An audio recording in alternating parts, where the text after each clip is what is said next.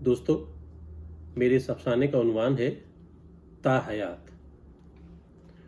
وہ قد آدم شیشوں والی عمارت کے مرکزی ہال کے ایک سمت بیٹھی لڑکی اور اس کے درمیان حائل شیشے کی ٹاپ والی میز پر اپنی دونوں ہتھیلیوں کو جمائے یوں کھڑا ہوا تھا جیسے خود بھی شیشے کا بنا ہوا ہو اور ٹوٹ جانے کے ڈر سے دوچار ہو۔ یکایک لڑکی کے منہ سے نکلا ہوا ایک لفظ جو ہی اس کے کان میں پڑا، وہ بدک کر ایسے دور ہو گیا جیسے اسے کسی زہریلی شیر نے ڈنک مارا ہو جو ابھی تک انسانی دسترس سے باہر ہو۔ لڑکی نے اسے چونک کر دیکھا اور یہ سوچتے ہوئے کہ شاید موصوف کو کہا ہوا جملہ سمجھ میں نہیں آیا ہے تو اس نے دوبارہ واضح الفاظ میں دہرایا، سر، کیا آپ کو تا حیات ممبرشپ چاہیے؟ جو ہی الفاظ اس کے کان سے دوبارہ ٹکرائے وہ گھبرا کر ایک قدم اور پیچھے ہو گیا۔ لڑکی کے ادا کیے ہوئے جملے نے اسے بے حد پریشان کر دیا۔ اس کا چہرہ متغیر ہو چلا تھا، صاف دکھائی دے رہا تھا کہ کسی بات نے اسے الجھن میں ڈال دیا ہے۔ لڑکی حیران تھی کہ موصوف کو کس بات نے الجھا دیا ہے، مگر اسے یہ بات سکھائی گئی تھی کہ یہاں آنے والا محض ایک عام سا شہری نہیں ہوتا۔ عام شہری تو یہاں کی ممبرشپ کے بارے میں سوچ بھی نہیں سکتا۔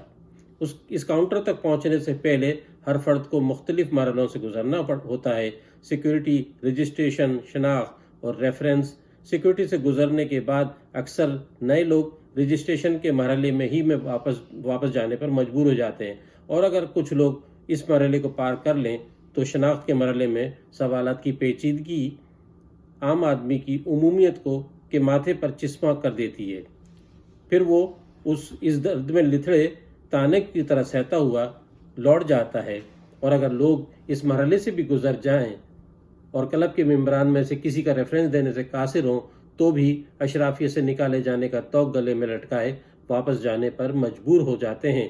چنانچہ کاؤنٹر پر موجود وہ لڑکی جانتی تھی کہ موصوف یہ چاروں مرحلے طے کر کے آئے ہیں، لہٰذا معتبر اور شرفا میں سے ہی ہوں گے، مگر وہ یہ سوچنے پر مجبور تھی کہ آخر ایسی کیا بات ہوئی کہ یہ گھبرا گئے۔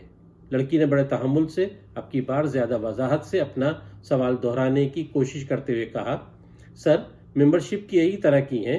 آپ کی ایج گروپ کے زیادہ تر لوگ تا حیات ممبرشپ ہی لیتے ہیں، اسی لیے۔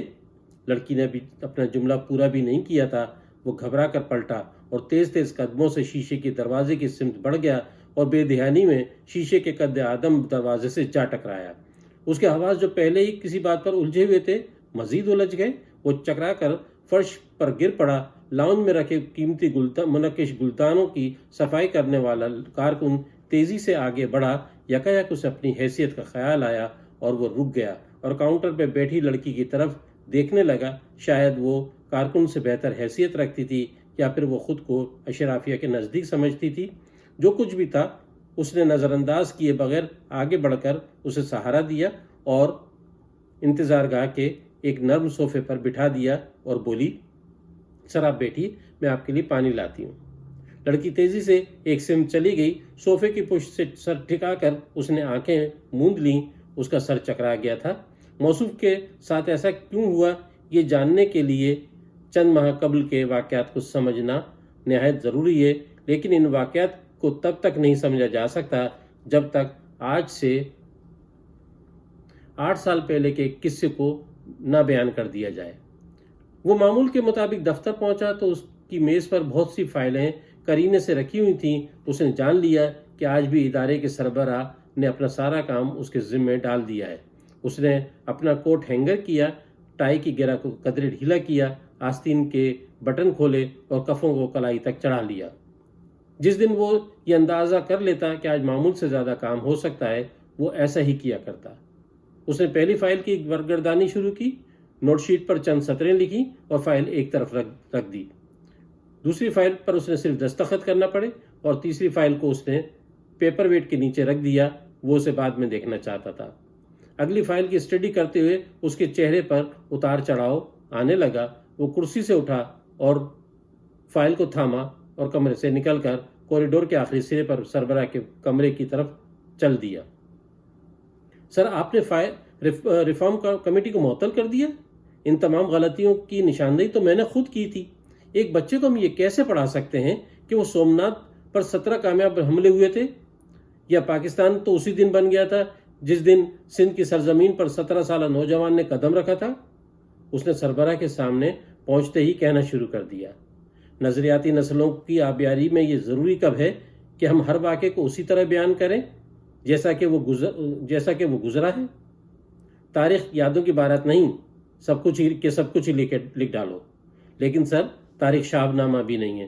ذہین طالب علم یہ بات سمجھ سکتا ہے کہ حملے 17 کامیاب نہیں تھے، بلکہ 17ویں حملے میں کامیابی حاصل کی گئی تھی۔ بھائی چھوڑو ان باتوں کو، میں تمہیں ایک خوشخبری سنانا چاہتا ہوں۔ بڑے صاحب نے مجھے 4 سال کی ایکسٹینشن دے دی ہے۔ سر، ایک دم 4 سال کی؟ اس نے حیرت سے کہا اور خود پر قابو رکھتے ہوئے بولا، سوری سر، آپ کو بے حد مبارک ہو، لیکن سر اس سے تو میرا پروموشن رک جائے گا۔ ارے تم پریشان کیوں ہوتے ہو؟ تمہارا نقصان نہیں ہونے دوں گا میں۔ میری بڑے صاحب سے بات ہو گئی ہے، وہ خود بھی کہہ رہے تھے کہ وہ تمہیں 60 سال پہ ریٹائر ہونے نہیں دیں گے۔ وہ تمہارے کام سے بہت خوش ہیں۔ اس ادارے کو تمہارے جیسے آدمی کی بے حد ضرورت ہے۔ وہ کہنا چاہتا تھا کہ وہ کبھی ایکسٹینشن نہیں لے گا، وہ اپنے جونیئر کا حق نہیں مار سکتا، مگر وہ خاموش رہا، کیونکہ وہ ان لفظوں کو سربراہ اپنے اوپر تنزیہ لے سکتا تھا۔ وہ اپنے کمرے میں چلا آیا اور دلیل دینا بھول گیا کہ سومناتھ پر 17 کامیاب حملوں کے ذکر سے ہم طلبہ کو جھوٹ پڑھا رہے ہیں۔ اسے تو یوں لگ رہا تھا کہ ادارے میں بیٹھے بادشاہ نے اس پر 17 حملے کر دیے ہوں۔ وہ خود کو سومناتھ کے بتوں کی طرح ڈھہتا ہوا محسوس کر رہا تھا۔ اسے لگا کہ اس کے ملک کے نوجوان نسل کو کسی پرانے عہد میں دھکیلا جا رہا ہے۔ ایک بار اس کے جی میں آئی کہ وہ بڑے صاحب سے جا کر بات کرے کہ ریٹائرمنٹ پر عزت سے گھر جانے کی روایت کو فروغ دیا جائے تاکہ کسی جونیئر کے حق تلفی نہ ہو، ورنہ اس کا محنت سے کام کرنے کا جذبہ متاثر ہو سکتا ہے۔ مگر وہ جانتا تھا کہ سربراہ کی پہنچ اس سے کہیں زیادہ ہے۔ بڑے صاحب اور سربراہ اشرافیہ کے کلب میں روز شام کو ایک ساتھ بیٹھتے ہیں۔ وہ سال جس کا اسے بڑی بے چینی سے انتظار تھا خاموشی سے گزر گیا۔ سربراہ کی پوسٹ پر 4 سال کے لیے اس کی دسترس سے دور ہو گئی۔ وہ اب بھی دل جمعی سے کام کرنے کی کوشش کرتا تھا۔ اس نے بچوں کے نصاب میں تبدیلیوں کے بارے کے کچھ خاکے بنا رکھے تھے جنہیں وہ سربراہ کی پوسٹ پر تعینات ہو کر ہی نافذ کر سکتا تھا۔ وہ جانتا تھا کہ موجودہ سربراہ کو ان باتوں سے کوئی دلچسپی نہیں، وہ تو صرف اس عہدے پر بیٹھا رہنا چاہتے ہیں۔ ایک بار اسے خیال آیا کہ کہیں یہ شخص 4 سال کے بعد دوبارہ ایکسٹینشن لے کر نہ بیٹھ جائے۔ یہ سوچتے ہوئے اسے اندازہ نہیں تھا کہ کسی دن وہ اپنے بارے میں خود ہی کہے گا کہ میری زبان کتنی کالی ہے۔ اس نے اپنے اس خیال کو جھٹک دیا، مگر 4 سال کے بعد اس کا خدشہ درست ثابت ہو گیا۔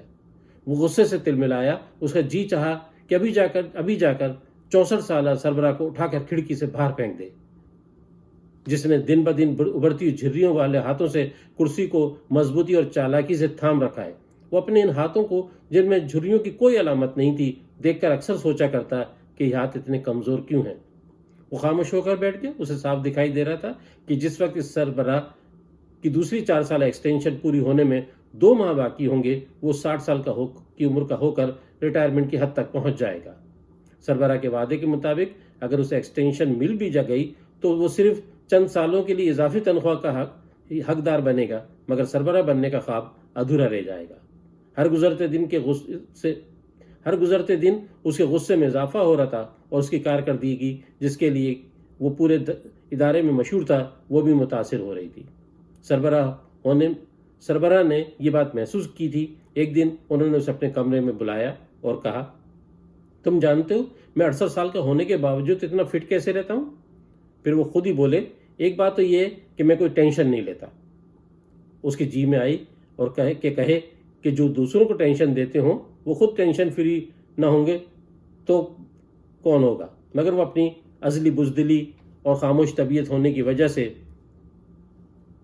صرف بات سنتا رہا۔ دوسری بات یہ ہے کہ میں ڈیلی کلب جاتا ہوں، ایکسرسائز کرتا ہوں، گیمز میں حصہ لیتا ہوں، انجوائے کرتا ہوں۔ تم کلب کیوں نہیں جوائن کر لیتے؟ سر، اتنی فٹنس کا میں کیا کروں گا؟ اس نے بیزاری سے کہا۔ ارے بھائی، ہم فٹ رہیں گے تو زیادہ سے زیادہ کام کریں گے۔ ہمیں اپنے قائد کے قول کے مطابق آخری دم تک کام کرتے رہنا چاہیے۔ سر، قائد تو جمہوریت کے قائل تھے، اور جمہوریت تو اس ملوکیت کی ضد ہے جس میں اقتدار تب تک نہیں چھوڑا جاتا جب تک کہ دوسرا چھین نہ لے۔ آخرکار بیزاری میں اس کی زبان پر وہ الفاظ آ ہی گئے جنہیں وہ ادا کرنے سے خود کو روکے ہوئے تھا۔ سربراہ نے بھی اس کے لہجے کی تلخی کو محسوس کر لیا تھا۔ وہ جان گئے تھے کہ ان کے نائب کا اشارہ کس طرف ہے، مگر انہوں نے کمال مہارت سے موضوع کو اپنی گرفت میں رکھتے ہوئے کہا، میں نے 8 سال پہلے جو تم سے وعدہ کیا تھا میں اس پر قائم ہوں۔ میں آج ہی تمہارا کیس بنا کر خود بڑے صاحب کے پاس لے کر جاؤں گا۔ سر مجھے ایکسٹینشن نہیں چاہیے، اس نے فیصلہ کن انداز میں کہا۔ اچھا سنو، میں نہیں چاہتا کہ تم اپنے ذہن پر کسی قسم کا بوجھ ڈالو۔ میں تمہارے بڑے بھائی جیسا ہوں اور تمہیں حکم دے سکتا ہوں۔ میں تمہیں ابھی ایک ریکمنڈیشن لیٹر دیتا ہوں، تم ابھی سے جا کر کلب جوائن کرو اور کلب جاؤ اور ممبرشپ حاصل کرو۔ دیکھنا تم صرف ایک ہی ہفتے میں محسوس کرو گے کہ تمہاری زندگی میں کیسی انقلابی تبدیلی آ گئی ہے۔ یہ کہتے ہوئے انہوں نے اپنے نام والے لیٹر پیڈ پر تیزی سے چند سطریں اس کی تعریف میں تحریر کی اور دستخط ثبت کر کے اس کی طرف بڑھاتے ہوئے کہا، یہ لو، اور کہو تو میں بھی تمہارے ساتھ چلوں۔ ارے نہیں سر، میں خود ہی چلا جاؤں گا، یہ کہتے ہوئے وہ اٹھ گیا اور خاموشی سے کمرے سے نکل گیا۔ لڑکی اس کے لیے پانی لے آئی تھی جسے اس نے ایک ہی سانس میں سینے کے اندر جلتے ایندھن کو بجھانے کے لیے حلق میں انڈیل لیا تھا۔ اس نے قدرے سکون محسوس کیا۔ لڑکی اس کے سامنے کھڑی ہوئی تھی۔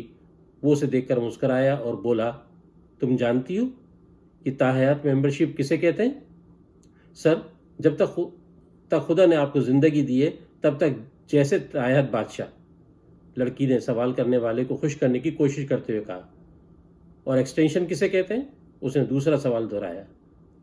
لڑکی نے ذرا دیر کو الجھن محسوس کی، مگر اسے یہ سکھایا گیا تھا کہ کلب میں آنے والا ہر ممبر قابل احترام شخصیت کا مالک ہوتا ہے، لہذا اس کی توقیر کرو۔ اس نے اپنی تربیت کے مطابق ایک لمحے کو سوچا اور اشرافیہ سے مثال ڈھونڈتے ہوئے بولی، سر جیسے ڈی ایچ اے کے کسی فیز میں کسی دوسری اضافی زمین کو شامل کر لیں تو اسے ایکسٹینشن کہتے ہیں۔ تم ٹھیک کہتی ہو، کسی دوسرے کی ڈومین میں داخل ہونا ایکسٹینشن ہے۔ یہ کہتے ہوئے اس کے منہ میں بحر عرب کی ساری کڑواہٹ ابھر آئی، جسے مٹانے کے لیے دریائے سندھ کا سارا میٹھا پانی بھی ناکافی تھا۔ بہت بہت شکریہ۔